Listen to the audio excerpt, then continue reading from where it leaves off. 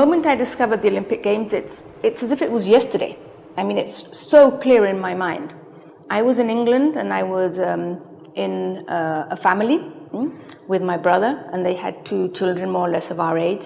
And these were friends of my parents, because my parents had lived there in England before coming to Spain. And the dad used to come out and play with us on the lawn every afternoon. And suddenly he stopped coming out. And I didn't understand why. I mean, what could be more interesting and more important than playing out in the garden? I thought there was nothing.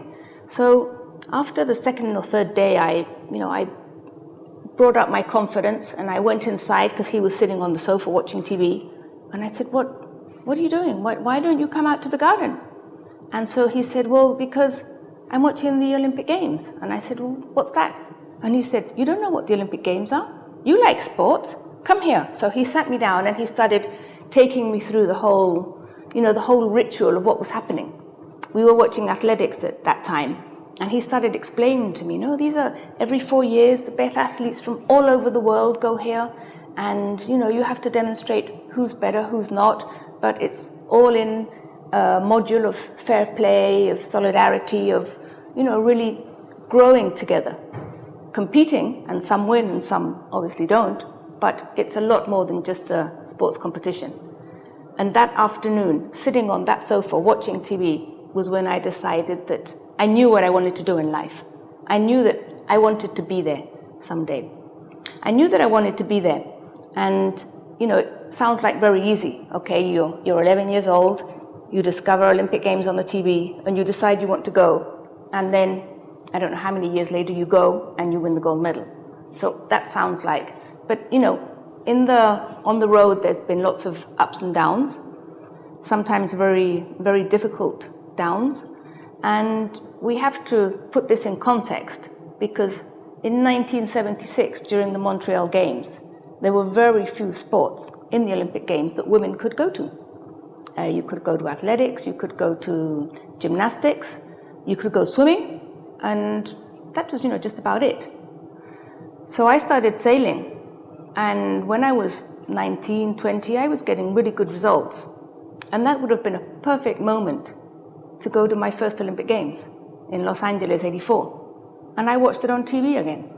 And many people say, well, why didn't you go? Well, because sailing wasn't included as an event for women at that time.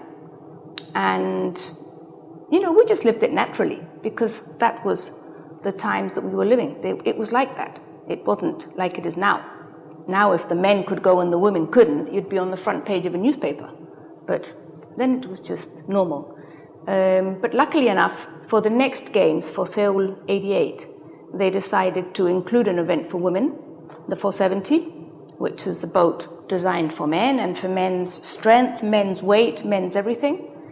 And I decided that I was immediately starting to sail in 470 with another person. It's a 2-person boat, to try and make it to the Olympic Games in Seoul.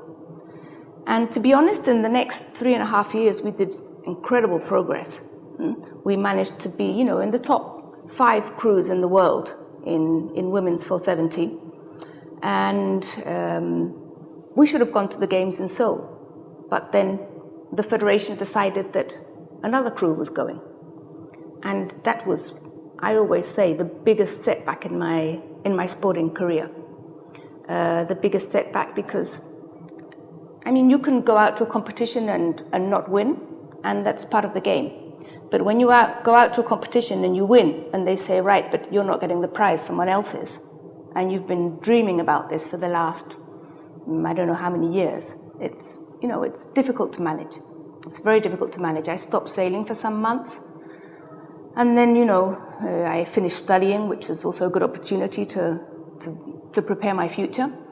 But over those months, I realized that what I really wanted to do was go to the Olympic Games. So I went back, and I am sure that setback made me mentally a lot stronger.